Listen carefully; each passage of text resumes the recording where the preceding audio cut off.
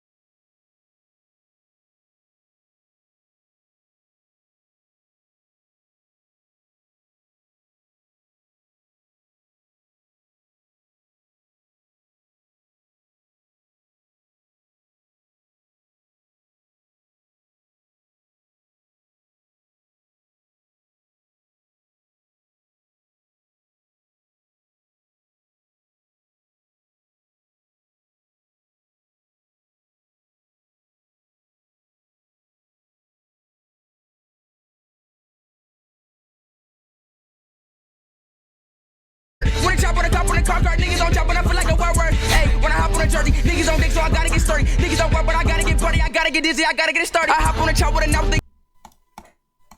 Luffy vs. Emu is a one-sided slaughter. Not even Luffy's new transformation is enough. Wait, he has a new One Piece took the transformation? cover of the magazine this week with a shot of Luffy enjoying a giant Elbaf steak to celebrate 29 years of serialization. The color spread features the Straw Hats on a subaquatic adventure. I love the color choices here, and Jinbei's situation with the sharks definitely got a laugh out of me.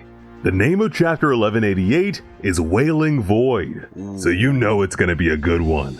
Things began with an ancient memory of emus from a certain fateful day. Someone called out to him over some sort of communication method. After some static, Emu responded. The man on the line sounded confused.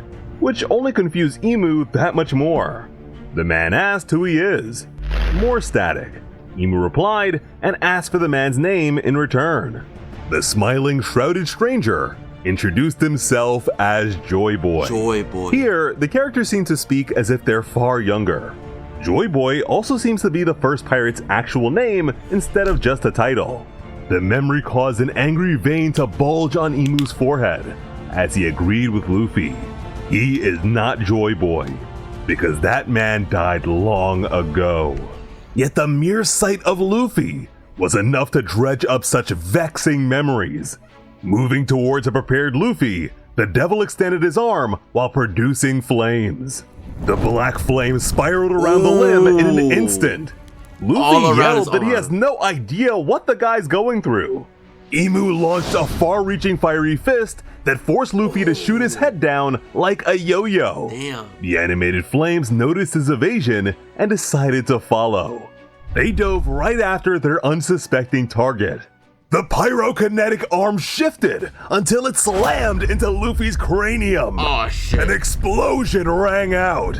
To call the scale of this attack massive would be a major understatement on the island of giants.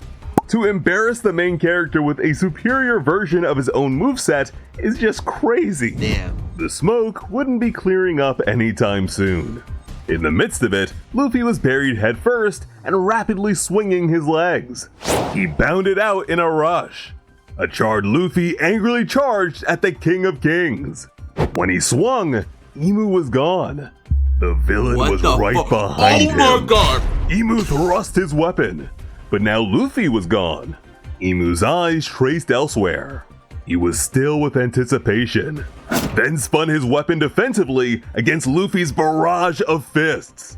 The Yonko was struggling. Despite landing a hit at the start, he can't even touch the guy now.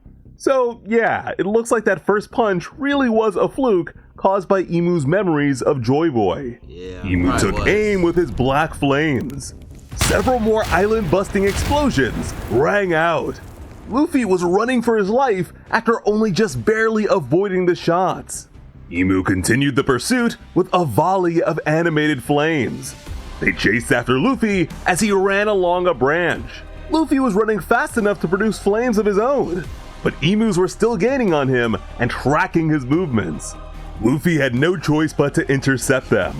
He punched each of them in a moment. He needed Jet Gatling just to clear the swarm. Emu then watched Luffy shift to his newest technique, Majin. Luffy transformed into a humongous, bearded genie. What the fuck? With a huge smile on his face, Luffy shouted that he saw what happened to Loki. Then, upset, he swore that Loki's death wouldn't be in vain. The injured giant shouted Wait, Loki that he hasn't died? kicked the bucket Wait, what are we saying here? Wait, Loki's what? yet into Loki. Then, upset, he swore that Loki's death wouldn't be in vain. When did Loki die? I read the last chapter. He did not die. Did he die? Did he die? Am I tripping? Oh, I'm still alive. Oh, okay. The injured giant shouted that he hasn't kicked the bucket yet.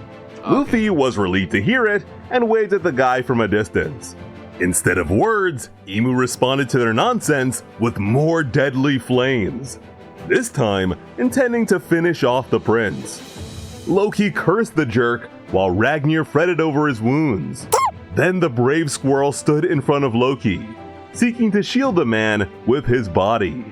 Instead, Jinbei intercepted the attack with a reverberating fist. Genie Luffy called out to his crewmate. The former warlord shouted back that if their captain wants them to protect Loki, then that is exactly what they'll do. Leaving the protection of his buddy to Jinbei took a huge weight off of Luffy's shoulders. Loki grumbled about Luffy's familiarity, while Ragnar became a Jinbei fan. With the Straw Hats doing their part, Luffy can focus on fighting the invader. Nami pointed out that Luffy's up against the villain from earlier. Usopp's worried about their captain and wants to know who the mysterious figure even is. Brook explained that there shouldn't be anyone with higher authority than God's Knights, at least not outside of the 5 elders. Yet this person clearly is. Hearing that, Usopp went with the only logical explanation left. that this guy must be the leader of God's Knights. Unfortunately, Loki wasn't in any shape to clarify that he already had the displeasure of dealing with their real commander. Brook couldn't offer any answers. He simply stated that the world government is the most mysterious organization in the entire world. The ice was almost done melting, so Frankie told Brook that they need to move back, while Brook called out to Princess Shuri. Although, they're not really sure what to do with someone who's been frozen. The others tried thinking back to when Luffy and Robin were frozen. The later editions had no idea they were ever frozen to begin with. So yeah, between adventures, these Straw Hats don't tell each other much. Imu's focus went to Gunko, even as Luffy called out another attack. He expected the ice to have been dealt with back when he flew past it earlier. The fact that the skeleton with an afro was referring to her as Princess Shuri finally made the devil notice the connection. He couldn't believe it. Imu was there the day Gunko seemed to prove her loyalty by ending Brook's life. The fact that the man is alive could bring decades of her loyalty into question. Genie Luffy hurled a Haki-empowered sucker punch, and Imu caught it with an open palm. Imu's stigma bell rang as he took aim, asking if the pirate wasn't paying attention earlier. Black flame sprouted on Luffy's beard and began racing into position. Imu reminded the fool what happened to the last giant target he set his sights on. Imu's aimbot blade lanced out, and Luffy's genie form poofed away as he rolled to safety. But not for long, because Imu is relentless. He went right back to shooting homing attacks. Luffy had to charge up his launch with a toon-like stance. He dashed off, but the flames didn't miss a beat following after him. Even at top speed, the attacks were gaining on him. Imu dismissed his wings and fell back down to earth. This is bad, one controlled step at a time. He twirled his weapon, and it reverted into a dark phase. His dark halo of eyes reached out. The glaive was transformed into a saber. This is Bofu, the sword of the Wailing Void. After just a moment in its presence, a healthy tree withered and became a husk of itself. With a casual cleave to the air, every gigantic tree in range suffered the same fate. What a terribly fitting weapon for the wielder of the Void Sentry's secrets. Although, the kanji used in the word void here isn't the same. The void in Void Sentry is more like a gap in something written, while this refers to nothingness. Bofu also looks like a pirate's cutlass. Luffy jolted at the sight of a whole forest withering away in a single breath.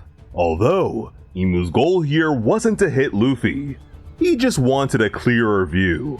Luffy shouted that it goes both ways. He prepared himself to continue just as they have. But Imu launched off. He made it clear to the pirate that he knows very well that he can't be Joy Boy. Luffy lost track of him and was in disbelief. Imu's wrathful gaze intensified. Oh my god. And Luffy was spewing blood. Animated flames rushed in at the point of weakness. Luffy took the full brunt of their attack as he screamed in agony. Imu has skewered Luffy, declaring that the pirate is far too weak to ever be Joy Boy. Peek, peek, peek, peek, peek. Luffy was so confident going into this, only to be handled like child's play. Oh my fucking Imu's gosh. aura was just way too strong for Luffy's slapstick nonsense to have any effect. Bro. With how casually Imu has slain a Yonko, final villain or not, ladies and gentlemen, this right here is the main villain. Oh my Blackbeard is a fucking menace, gosh. yes, don't get me wrong, but you can't tell me that we've seen anyone remotely close to Imu's level of power, Yeah, let I can't lie. alone his crazy versatility. The weapons lining the empty throne are beginning to look like a reflection of Imu's personal arsenal. And isn't it incredible that even his attacks include dutiful servants? This was more like a humbling than a fight. Imu displayed a more impressive fire fist and stretchy punch than Luffy against Luffy. He didn't even need to give the scrub his full attention. The fact that Luffy revealed a transformation only for Imu to stop it with an extended hand before forcing its conclusion